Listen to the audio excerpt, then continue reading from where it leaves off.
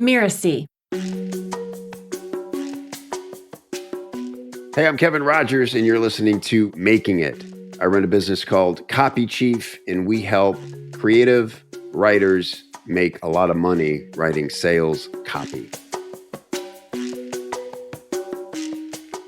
I was born in a town called Lowell, Massachusetts, which turns out to be, interestingly, the hometown of some very famous artist types. Jack Kerouac, the writer, is from Lowell, famously writes about it all the time. And Ed McMahon is from Lowell, from Star Search fame and Johnny Carson's sidekick for years. And so when I was growing up, my parents were both very young when they started the family. My father, I think I can say this now. I think that the grandfather clauses are in. They started a family to avoid him going to Vietnam.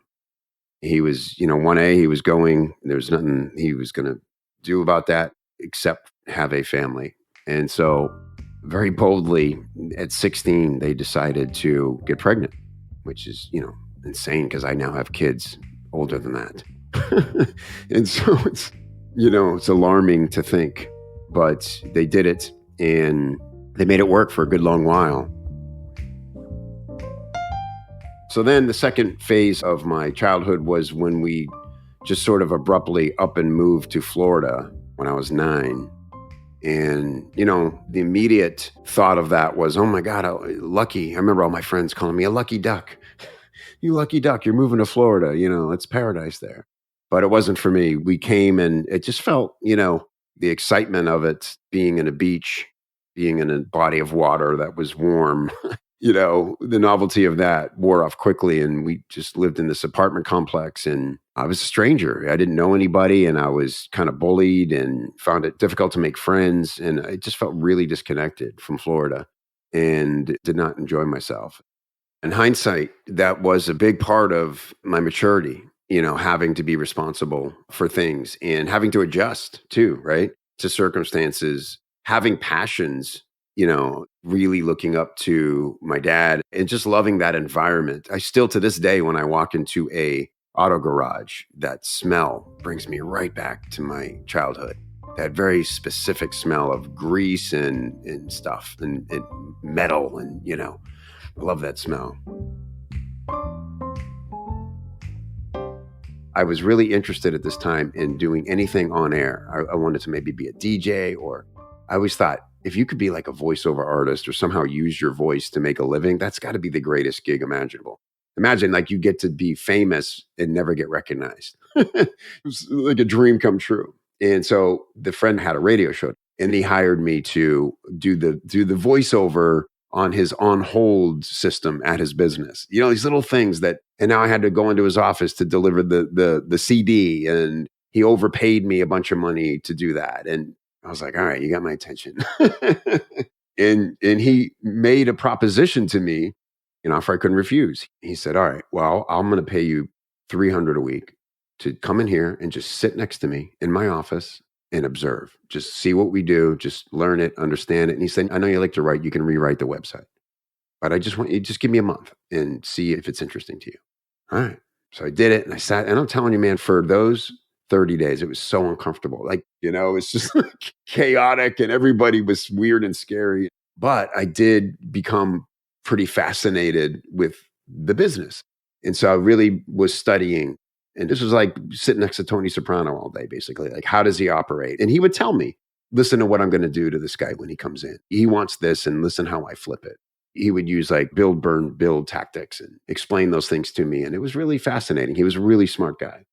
So anyway, 3 months later, after doing this, he came in and he said, in sort of his manipulative way, he's like, listen, I saw the doctor yesterday, and this doctor told me if I don't take a break, I'm going to have a heart attack and die. And he said, I'm driving to Seattle starting tomorrow, and you're now in charge of the business. And he threw me his key ring. I remember like in slow motion, this key ring just coming across the room at me. And I caught it. And he said, oh, by the way, now you make $800 a week.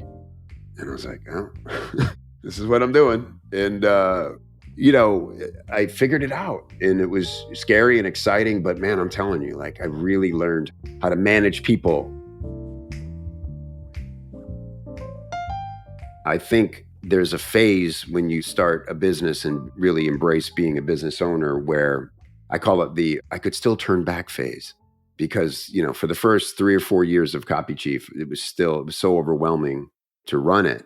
And I really felt, I could just go back to having clients. It was easier. But slowly you become more capable. And I feel like just recently I've really made it to where I have a business that is very substantial, very real. We've installed systems that we believe in and follow. We run very efficiently. My team is amazing. We've been through the pain of hiring and firing and putting the right people in the right seats. And we now finally get to focus on scaling and growing. Everything else we kind of have in place. And so that feels like made it to me. I think, you'll always want more. I guess officially I'll feel like I've made it when security is full, and I feel like my family is set up well beyond me. To me, will really be success. And I'll tell you, look, it's a challenge. I get how hard it is to get out of your own head. I'm doing it again, I'm sorry to admit, with my next book. Because then you go, oh, okay, well, I know I can put out a good lead magnet type book, but I want to write a book. I want to write the book. But at the end of the day, imagine you spend 5 years, even a year, 2 years, writing the book and nobody reads it because the title's wrong. Or you, God forbid, get ill and don't get a chance to finish it. That's years of impact you could have been making with the simplest form of getting your lessons in front of people. People just want the information. And so, yeah, get it out and just see what happens. That's what I did with the 60-second sales hook. I just was like, if Dean hadn't dared me to do it and given me a short timeline, that book probably never would have come out. And I have no idea how different my life would be. But one thing led to another because I just treated it like an experiment. So just treat everything like an experiment. We all get it in our heads that everybody's watching. When people are building a website, they're always like super concerned. Hey, just make sure it doesn't go live before it's done. It could be live the whole time you're building it. Nobody would know. Don't worry about it. It's like, yes, people care about the quality of your content once they're paying attention, but you have to work to get attention. So don't not do something because you're thinking that everybody's watching your every move. They're just not. So you have the freedom. Give yourself permission to experiment and see what happens.